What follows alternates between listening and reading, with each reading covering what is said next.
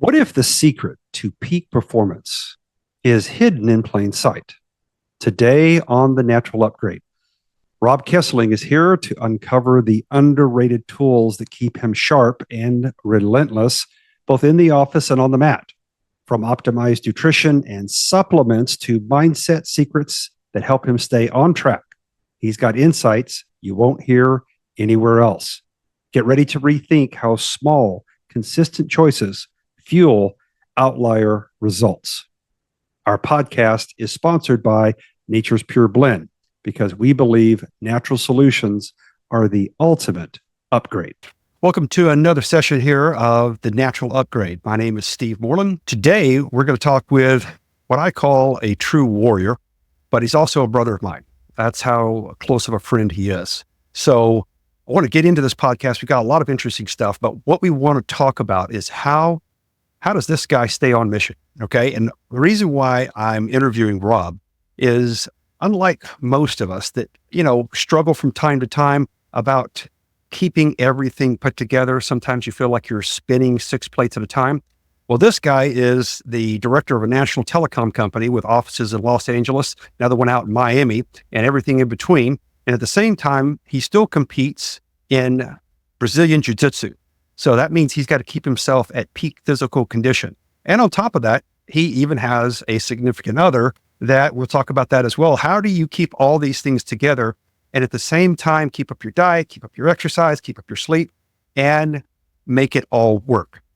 So we've got someone here today that I call a pro, a seasoned pro, because he does make it work. It's not that he's perfect, and he'll tell you that right off the bat, but he keeps coming back to a regimen and a routine that has consistently worked for him. Rob Kesling, welcome to the show. Thanks. I don't know if I'm worthy of that introduction, but thank you. I think you are, brother. So, I know you're from Alaska, so that already makes you a separate breed. I think as we've been talking about, I'm a Texas boy, and I think we talked earlier, sometimes people from Alaska, people from Texas, they kind of see themselves as trying to have that same kind of brute force, don't tread on me, Johnny Badass from the rip. But you gave me a unique perspective about fellow Alaskans. And so I'll let you kind of take it from here. How did you grow up and what was your mentality? What did it mean to be a young man growing up in that kind of territory? Well, Steve, they call Alaska the last frontier, and that's not untrue. It really is. I grew up at a unique time in a state that was pretty wild still, growing up in the 80s and 90s in a place called Seward, Alaska. Okay. Seward at the time that I grew up in was pretty much a blue collar place. It was commercial fishing. It was logging. We had a pulp mill. Now that's all changed, just like everywhere else. The prime industry now in Seward is probably tourism. Yeah. But at the time, it was a man's world for sure. Mm-hmm. Mostly men. I think there's problem that you hear a lot about people talking about Alaska. They're like, there's no women up there. Well, there's women, there's a lot of beautiful women in the state of Alaska, but there also are a lot of men. And the jobs in Alaska, the oil fields and so on, working up on the pipeline, commercial fishing, it attracts men. Sure. And it attracts men that are pretty rugged. And so it was a tough environment growing in. I grew up with a bunch of Norwegians and big Scandinavian people. And I felt like growing up, I was undersized. I'm 6'1", and at the time you probably knew me, I was a lot heavier. 6'1", about 225. And I thought like I was a midget. You got that? Even back then, I was like, I felt like I was always undersized and had to be particularly scrappy just to survive. Yeah, man, that sounds, I've heard of the Yukon, and I think you talked about growing up hunting bears. Am I remembering? Yeah, no, I grew up in an area where literally you could step out your back porch and fire AK-47 and there was no police that was going to show up, or if a state trooper did show up, you just wanted to make sure that you had a good backstop that you were shooting into. And that's the truth. That's the truth. Definitely the frontier for sure. So you grew up in certainly what would be called a man's world. What did that mean for you as far as your early, I would call it philosophy, psychology, without trying to use highbrow words? What, your personal narrative, how you think and what you believe you're supposed to be as far as how you fit into society. Where did that come from? Really just, I think I'm a product of my environment to a certain degree. It's really like what to me, like being a man is. And at the time, like I said, Stewart was a blue collar place. A man was somebody who was tough, that knew how to defend himself, that could win a fight, but wasn't a bully. Somebody that was physically fit, capable of, feats of strength. That was always important to me. But somebody that was well respected, that took care of his family, but was also successful enough to take care of, his friends and people within his sphere of influence. Absolutely. Yeah. That's kind of a mindset that seems to be kind of waning as we move forward in time, unfortunately. I agree. So you grew up in this environment, and somewhere along the way, you got into actual mixed martial arts. So pick me up from there. How'd that come in? So in the town I grew up in, you either did one of two things, and both the seasons were at the same time, from elementary school all the way through high school. You either wrestled or you played basketball. Okay. And you really didn't have time for both, because the seasons did coincide. And I started wrestling in 5th grade and was successful at it. I wasn't top tier. I did wrestle on Team Alaska one year. Got to travel a little bit. Wrestled against guys that went on to wrestle for this, state of Iowa under Dan Gable. Really top wrestlers. Alaska, although it's a small population, is known for having a lot of really, really good wrestlers come out of that environment because of the people that are up in Alaska.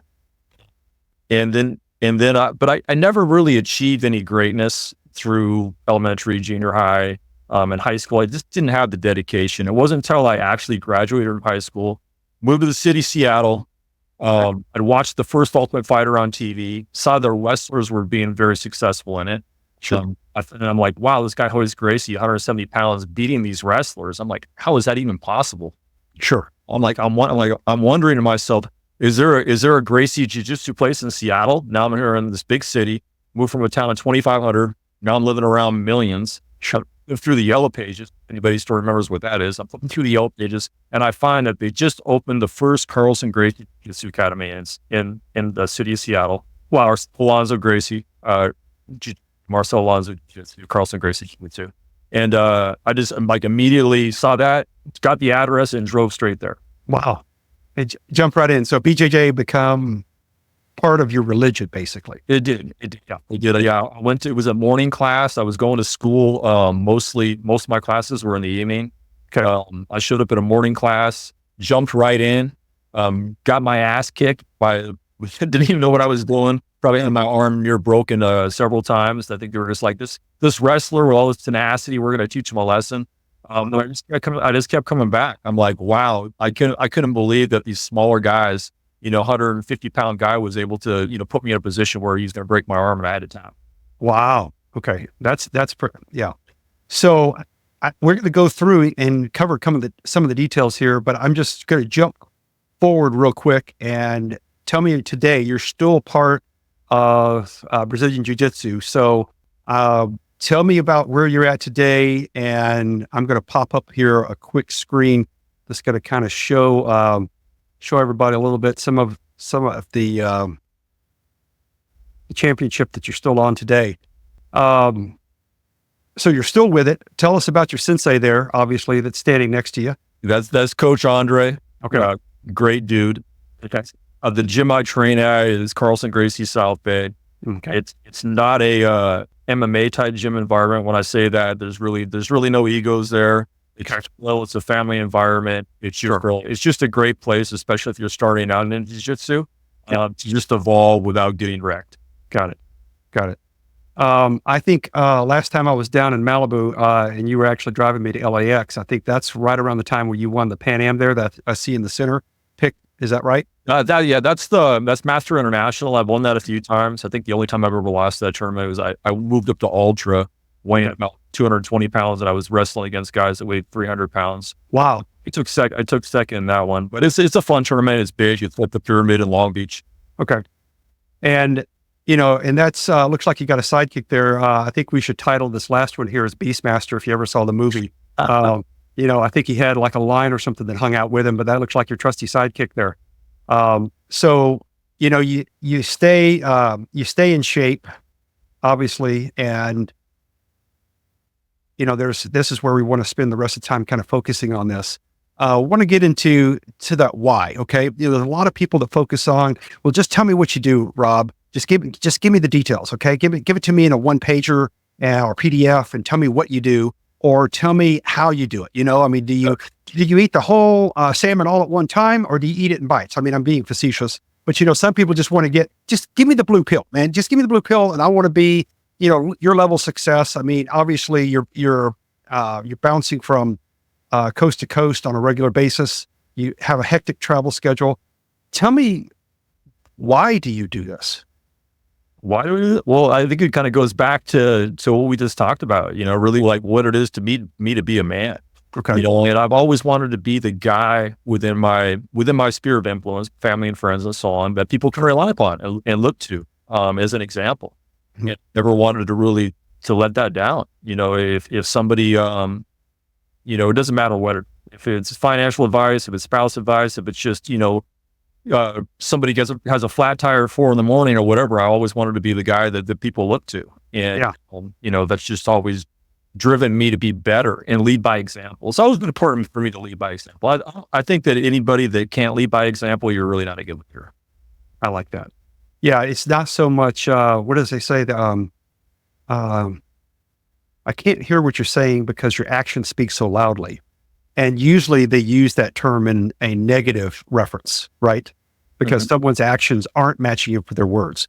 And what you're saying is you're the guy that if someone calls you at 2:00 in the morning, has a flat on the side of the interstate somewhere, your question is not, have you called anybody else or don't you have AAA?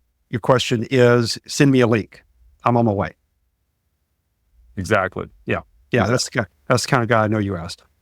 So let's jump into this now that we know kind of how this works from you. And this is a persona, not to use, I'm a Texan and so we can't use $25 words that are usually over our pay grade. But I'll use a different word than persona. There's always a narrative, and your narrative is, I want to be that person. I want to be that man's man that people can rely on. I can rely on me because I know what I can do. I know I can push through the difficult times. I can push through the pain. I can push and make the regimen when everybody else cracks. But I'm also there for my family and for my friends. Why is that so important to who Rob Kesling is? Really, I mean, everybody has to have a purpose, and I think if you're living without a purpose, you're spinning your wheels. Okay. And by being able to provide for the people around me, be an example to my family, the kids around me, friends, whoever it is. I know it could be somebody in jiu-jitsu. It could be somebody that I just met at the gym that's looking to me for inspiration. It's just, it's just having that purpose to try to help the people around me. And, I think that's so important, and how that kind of got layered into you as you were growing up, and then how it's continued to kind of grow as all of us continue to evolve. We hope that we're evolving. In my perspective, I see so many people that it feels like their growth is stunted, not physically, but who they are.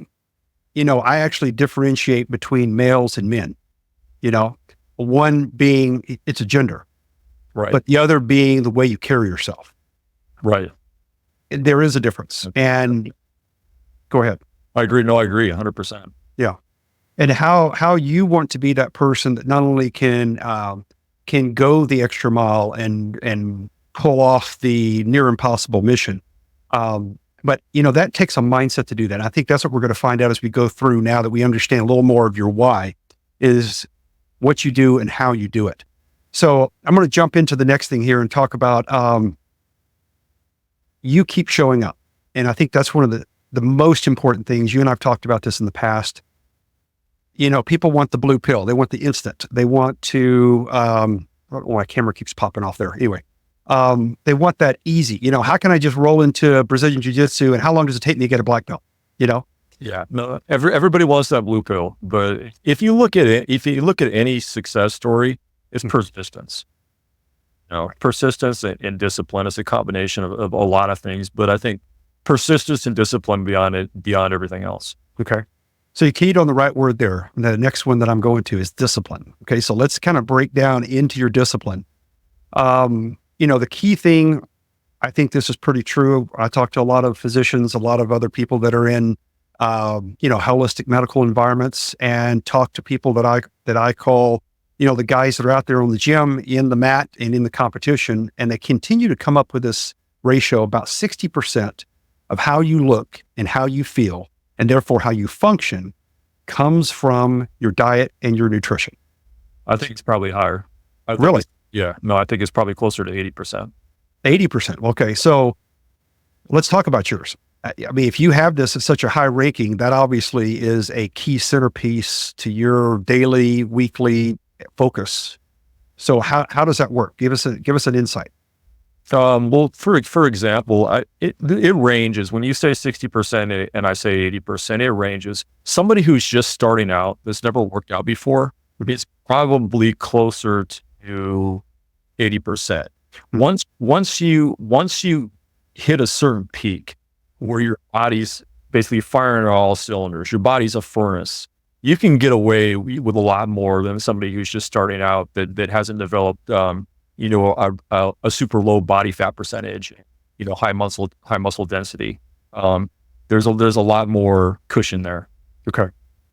So we'll get to what I'll call the exercise regimen that you have here in just a second, and then we'll talk about sleep before that. But going back to diet and nutrition, how do you look at this? I mean, shopping each week, what does your diet look like? Obviously, it's pretty restricted. Tell us how you think about that, and what do you eat? Give us an idea.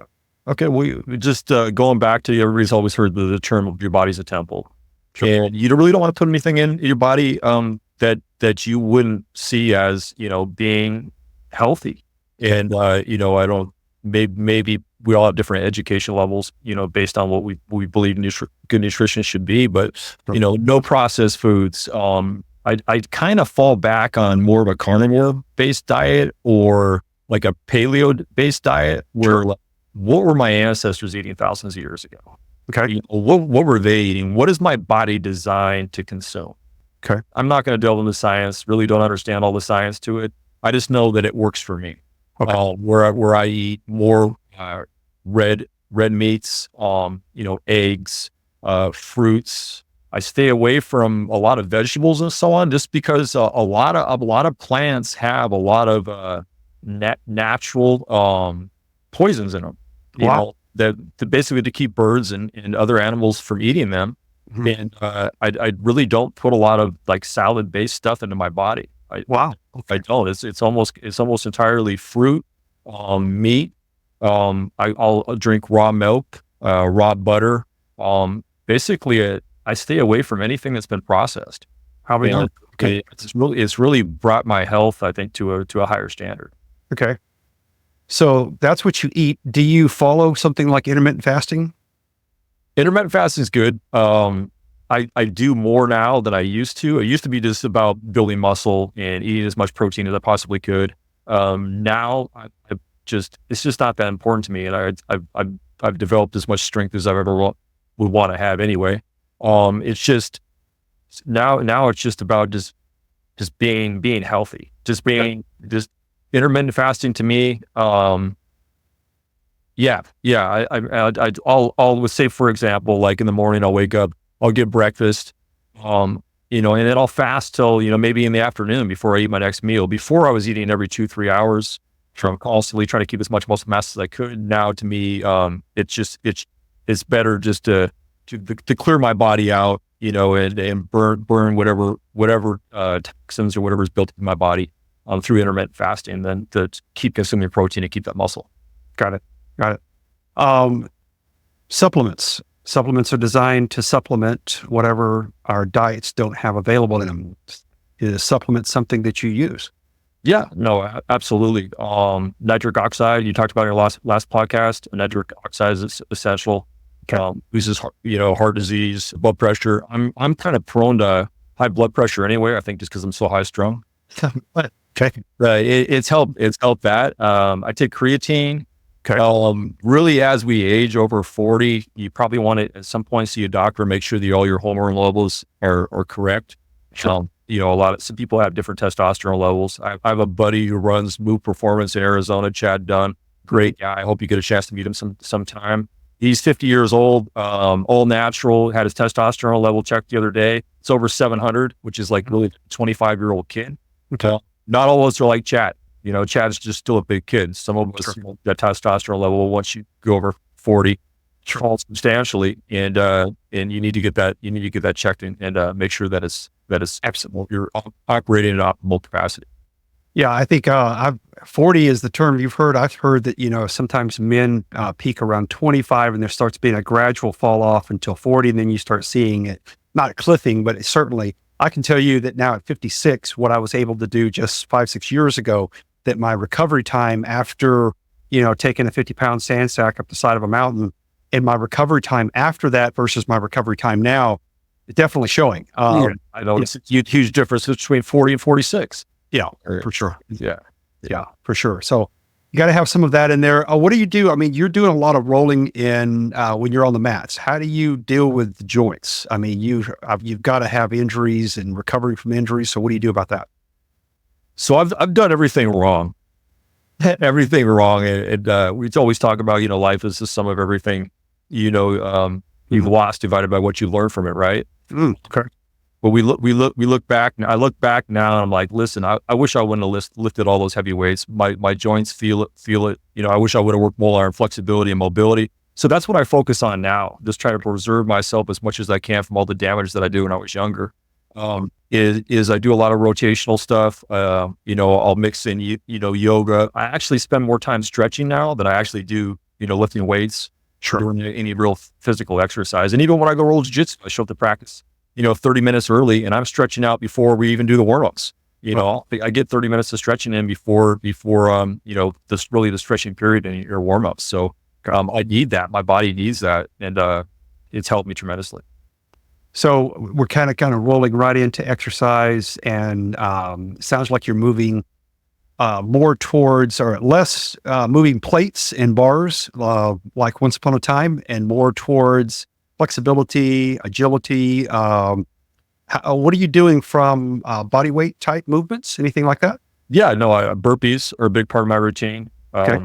Really anything jiu-jitsu movement based. So I'll do a lot of stretching based on the jiu-jitsu techniques and stuff we do. Mm-hmm. A lot of stuff for my hip flexors. Hip flexors are huge. Back.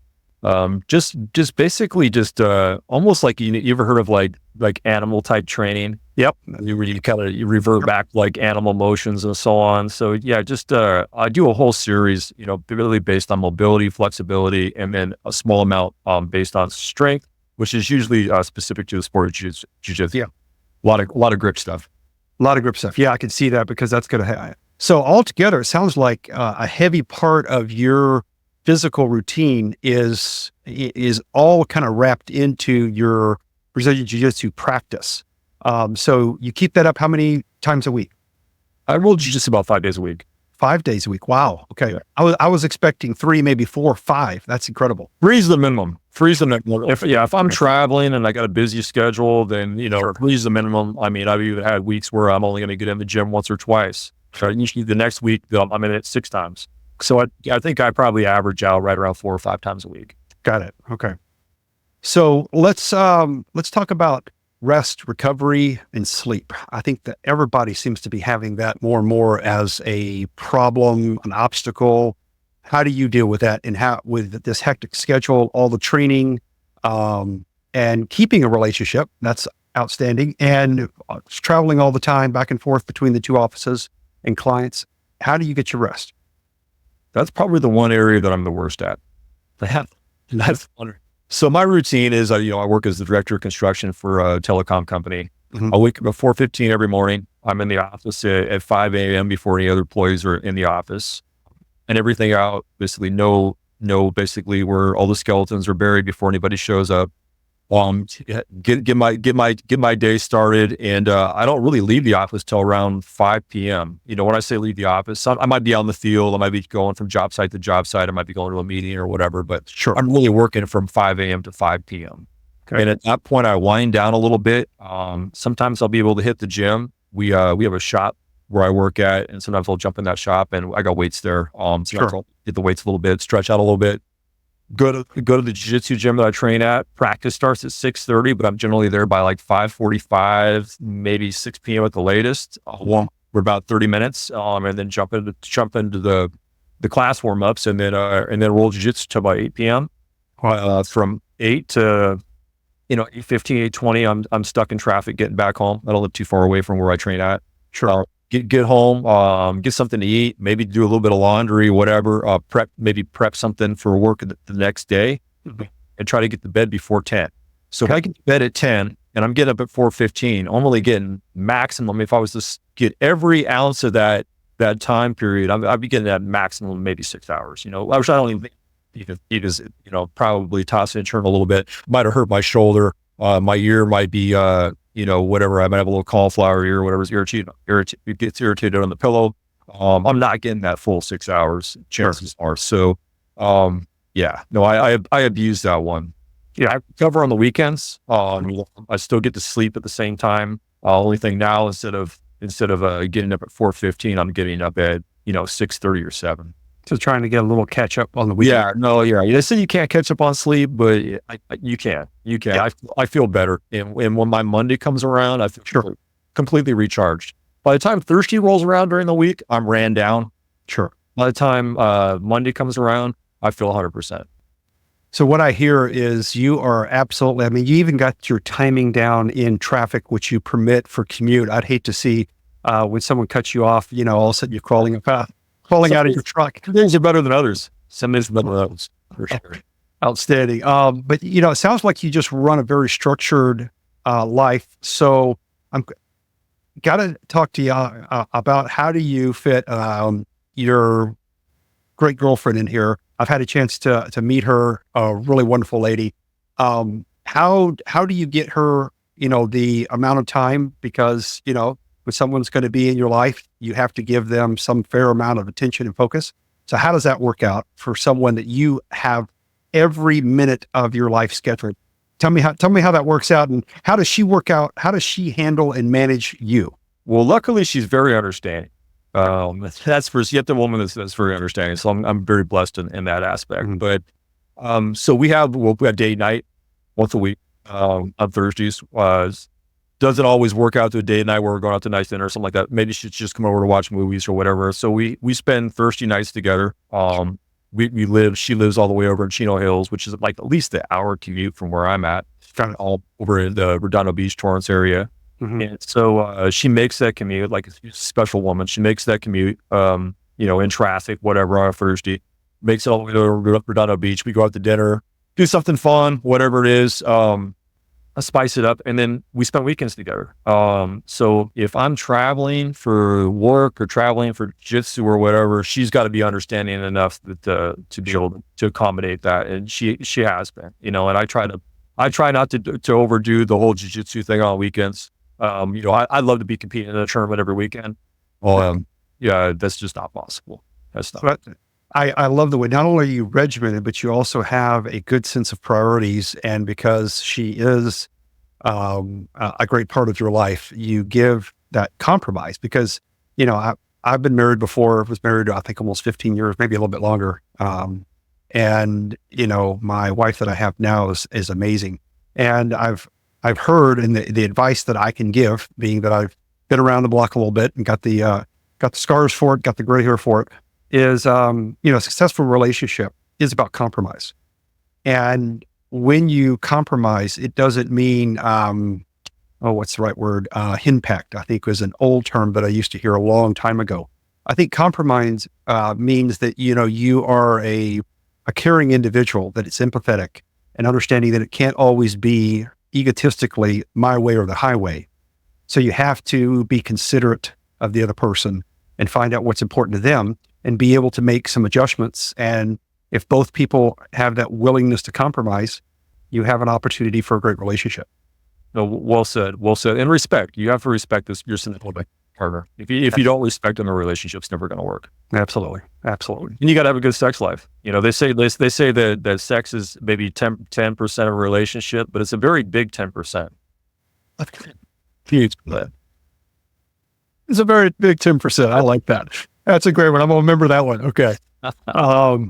So, I'm trying to sit here and see, we've kind of covered a lot of different things here. If you've coached a lot of people, and over the years, I've known you for right about 20 years. You've given me so many insights. I've seen, you're a great student of philosophy. You've just got a great mind all the way around.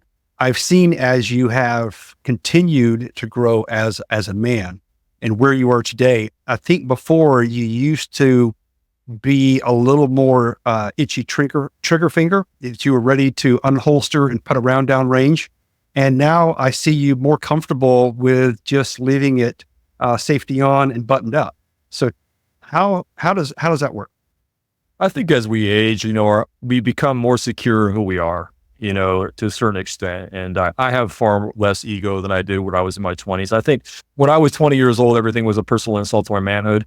Sure. Now, you could say whatever. I really could care less. Yeah. But it's also, it's the cycle of life. I think, as we age, we realize, our vulnerabilities. We're not going to be able to compete, or perform anywhere near where we were in our 20s or even our 30s or even our early 40s or 50s or whatever your age is. And it's about really passing on, everything that you've learned. Right. You've lived this life. You've been through all these trials and tribulations, and if you're not able to pass that on to somebody at some point, it dies with you. So why not? Why not? So now I find myself now at taking the time to, instead of just choking somebody unconscious or whatever, making sure that they know I can choke them out. This is to take the time and listen, this is how I passed your guard. This is how I broke your knee shield or whatever it is. Like, this is how to defend the choke that I keep choking you with repeatedly. Let's work. Yeah. And I might not get as great a workout, because now I'm taking the time to show people during my roles and my time's limited. Sure. But, at the end of the day, it feels pretty good. It feels pretty good. It's that Maslow's hierarchy of needs. It's that self-actualization. You're able to actually give something back. Yeah. And I've seen that. I count our friendship. Like I said, it's really more than friendship. It's like we're brothers. And I've learned so much from you over the years. You give me great insights. You make me laugh too as we go along, and I love your insights, your perspective. And the cool thing is you're just you. You don't have to put some persona out in front of you. You just, this is me. This is how it is. I'm going to get the job done. And if you like me, great. If you don't, they don't care, because at the end of the day, I look at the man in the mirror and I'm okay with that guy. Right. That's important. Yeah. So now that you've kind of switched to more of this advisory role in your life, it sounds like you're focused a little more on a legacy idea, that you want to be able to leave something behind. You want to have made a difference. So there's three kinds of individuals that could be, part of our podcast here. There might be the beginner. There might be the intermediate person. And then there could be another person that I would say is more seasoned and would be kind of a peer of yours. Okay. And when I'm using that term, I'm kind of saying that all inclusive, not necessarily that they have to be in Brazilian Jiu-Jitsu competing at your rate.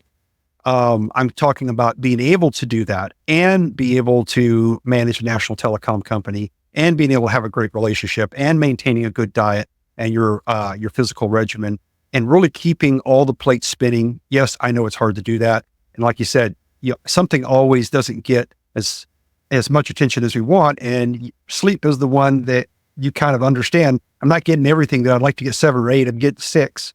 And then I catch up on the weekend. So, but you're conscious of it. Okay. So what I'm looking for now is a piece of advice for each stage of a listener that's here with us today. What would you tell the guy or gal that is watching this for the first time and they're like, man, this guy really inspires me. I want to change my life. I already started taking nutritional supplements, let's say with Nature's Pure Blend. So I'm starting to handle my nutrition. Maybe I've been doing it for a while. I'm feeling better. I'm functioning better, and I want to go to the next level. Rob inspired me, but I don't have anything else in my life. What would you tell them? Here's your next step as a beginner? What would you say? I think really, you wake up in the morning, I think the first step is just to make your bed. I would. Make your bed and start with a win. Okay. No matter how your day goes, at the end of the day, and when you come back, that bed's made, and it feels pretty good jumping into a made bed versus something that much as sheets and covers tossed all over the place. Just small wins, small wins, and just staying persistent and consistent. On your goals. The other thing I do the day before, really, we talk about from that period of time where I come back from 10 o'clock at night before I go to sleep, is just kind of outline, like, what do I want to accomplish the next day? Wow. Like, what is my goal? What do I need to accomplish the next day? Okay, I need to do this, and this for work. Or just maybe just one general thing, one big general thing I need to accomplish. And then, no matter what, I need to be able to, I call it, I want to sweat every day. From a health standpoint, I don't care however you sweat. It could be riding your bike, your skateboard, whatever. It could be doing hot yoga. It could be, you're doing jiu-jitsu like I like to do. Sweat. Find a way where you can sweat. Got it. So your habit that you have is you take time. I'm going to quote here. I believe it's Winston Churchill because it's one of my favorites. Plans are worthless, but planning is everything.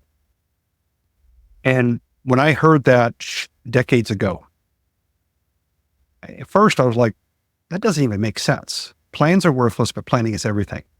So if you're telling me plans are worthless, then all of the goal planning and, back once upon a time, I'm going to date myself, before Google Calendar even exists. I used to have a day timer, and I carried it in my suit jacket back when we used to wear suit and ties. And I had a day timer, and then I had a Franklin system, and it was all hard copy. And you wrote in there, your appointments, you wrote what your goals were at the beginning of the day, what you accomplished, and then you would carry forward whatever you didn't get done to the next day. Yeah. And in the middle of doing that process, that quote finally made sense to me.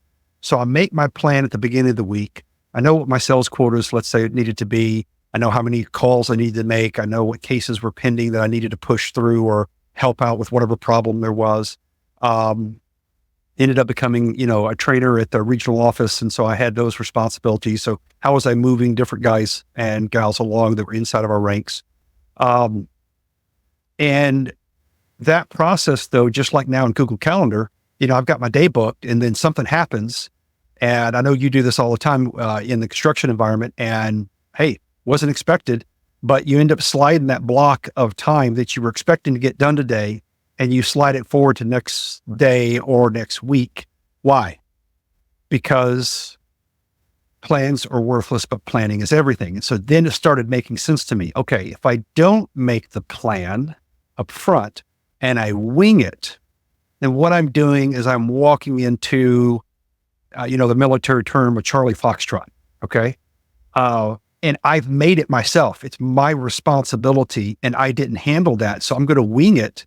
And then I'm pissed off at everybody because nobody got anything done right, and we didn't hit target. And then I scream at everybody, and then I get my butt chewed out from somebody upstairs.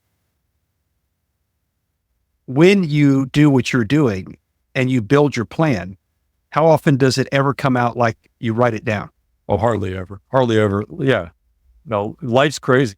Life's crazy. Life's crazy. It's not pretty. It's never going to work out perfectly, but it's the process. It's the process. And by doing that, you're not disorganized. At least you have, you and your team or whoever, have daily goals or an idea what you need to get accomplished. And although, life went through whatever at you, you're moving in that direction, and everybody's staying as productive as they can be at that time. Yeah. If you don't set up what your milestones are, then how are you going to know if you've hit them or not? And how are the people that are working with you at the same level, below you, above you, whatever, if they don't know what you're doing, and the people below you don't know what they're supposed to be doing, then everybody's just kind of walking around, in a storm and a hurricane, and then you end up with a disaster.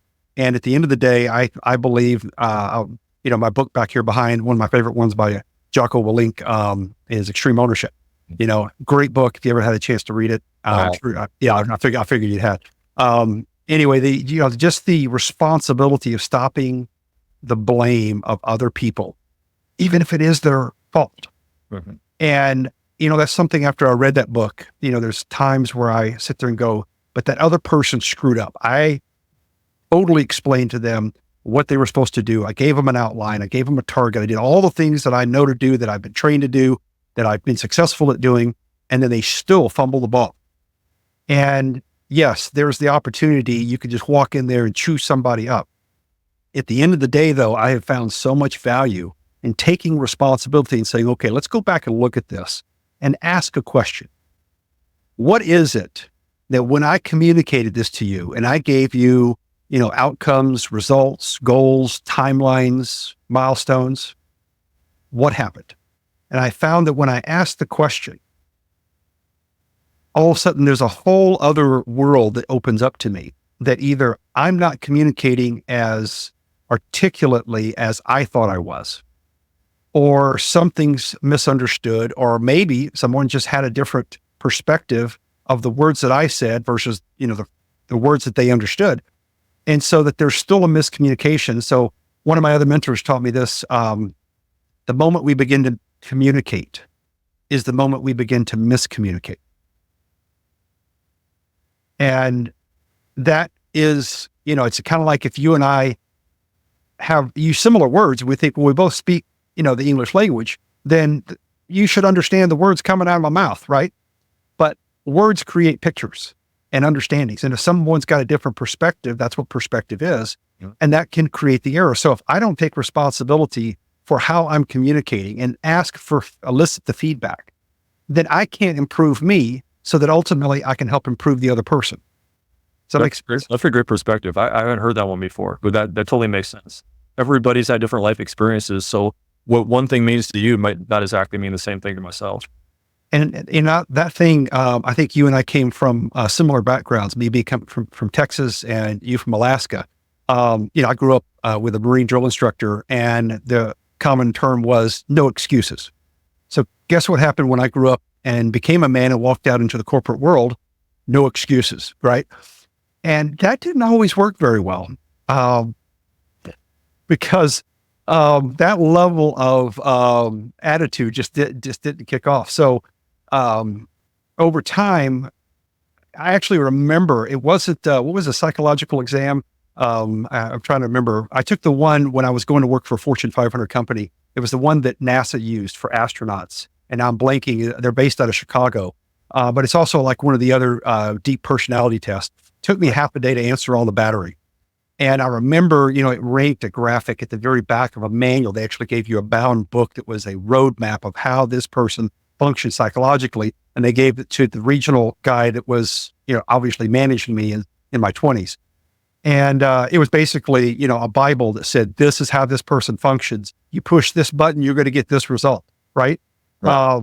And so it was a good roadmap. But I remember being so proud because I got to the very end of the book and it highlighted a graphic of all of our top people in our company, the top 10%. And it showed how they marked on these different graphics. And it was everything from leadership qualities to organization skills, communication skills, everything. So this is probably a battery of maybe 20, 25 different things.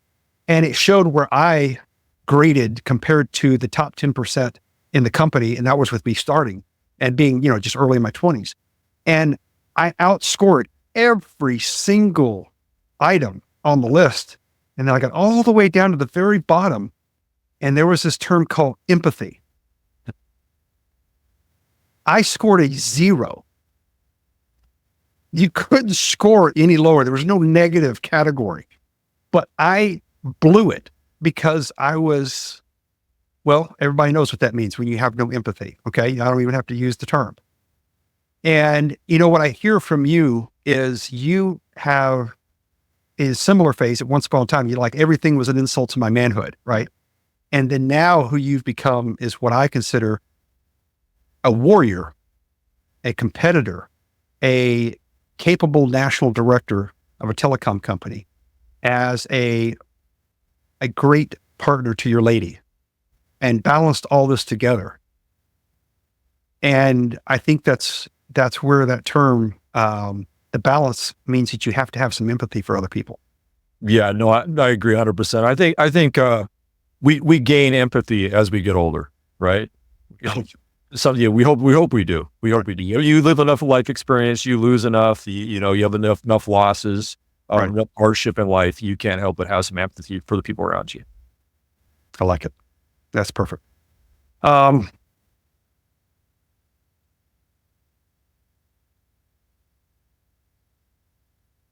If you're going to leave somebody, kind of a takeaway, and I think you just did that, is win the day. You have to have that perspective. You start off with a win, and then your goal at the end of the day is to win the day. That doesn't mean that everything's going to come out the way that you planned it to the day before, because do you actually realize that the process that you're using, one of the famous people in our history, Thomas Edison, did that every day? I didn't know that. Mm-hmm. Every day. That was his last thing that he did, as he planned the next day. So you are a genius, just like Thomas Edison. Hardly, but yes. All right. Well, you're following the same procedure, so you focus on what's going to move the needle. And then you get to the next day, and at least you have a plan. Mm-hmm. And you know that the plan itself is not going to come out, but the planning itself, the process of the planning, gave you a roadmap that even if you have to go, off-road because something happened, or you have a detour, or you have a straight out washout, or heck, everything just gets blown up and you can't take that path at all. Because you built the plan, you now have something to modify and adjust from. Yeah, life's not easy. You're always going to have trials and tribulations. It's consistency over time. Yeah. It's just getting up, really I always go fall back on this too. It's like anything really worth obtaining in life, whether it's getting your health right, maintaining a relationship, usually the process sucks. Anything really worth having, I don't care if the career, finishing that college degree, whatever it is, the process sucks. Yeah. And it's seeing it through consistently over time. Although the process sucked, mm-hmm. Getting there, once you get there and you've achieved that, whether it's a black belt in martial arts or whatever it is, it's a great feeling. It really is. But anything worth obtaining, it sucks getting there. Yeah. Yeah. It's not until, they'd always talk about the journey. And that's what you're saying is the journey. It's not always cotton balls and kittens. In fact, it's probably anything but that. But, in fact, when you come up to Bend, Oregon, we're going to do Misery Ridge together. Looking forward to it. And, that's actually the term. It says it on the sign. And so, it's a goat path, and I forgot what the elevation climb is. I think it's 1,300 feet. And literally it's a goat trail. But by the time you get up there, it's a nice plateau. And, I remember getting up there one day and hustling because I wanted to get there at sunset. And it was all cloud cover, overcast. And I'm like, man, you've already sweat and you're just recovering from, doing the hard climb, trying to get there before the sun drops behind the mountain range. And so I sit down and, I'm probably eating a protein bar like usual, or, I don't think I had coffee, probably just water I'm sitting there with. Oh, I know exactly. I actually had a can of Liquid Death. Have you seen one of those? Okay. So I actually had a can of Liquid Death, and I was just sitting there sipping on that water. And right before I was going to give up, all of a sudden the sun kind of dropped right down behind the cloud bank, but it was just above the mountain range, and the entire valley floor, boom, you could see the rays. And it was just there was no one else up there on the mountain with me. It was just me. And of course I'm fumbling around trying to grab my phone real quick, and, I snap a shot. I still have it. And I think I snapped the shot with Liquid Death out here in front of it, in front of the frame. I think I remember that picture. Yeah. But, it's those moments. It sucked going up there. And, people ask, well, why do you keep going up to that mountain if it's called Misery Ridge and you go up there, it's going to suck? It's like, yeah, but when you get up there, it's kind of like very few people want to take that path. But if you go up there, then you get to have something that's kind of unique in the world, and you get rewarded sometimes with those little magical moments. To me, you standing up on a podium like that, winning against so many other, individuals in trained combat, you holding and maintaining what you do with your company. And, I call you a lot of times. I think the other day you sent me a pic, you were in Salt Lake City somewhere, working on something. I never know where you're going to say you're at, but you're always on mission. And that's what we really started this about, is how does Rob stay on mission? And you've given us some of your valuable time on a Sunday. I hope that Gabby is not sitting here waiting, going, okay, it's my time now. Rob gave you some, but now it's time to give the rest back to me. If I did, tell her my apologies, and that when I get out there again, we'll go to someplace cool out there on the beach somewhere and enjoy a nice dinner looking at the sun. Looking forward to it, brother. Appreciate it. Always, man. Take care.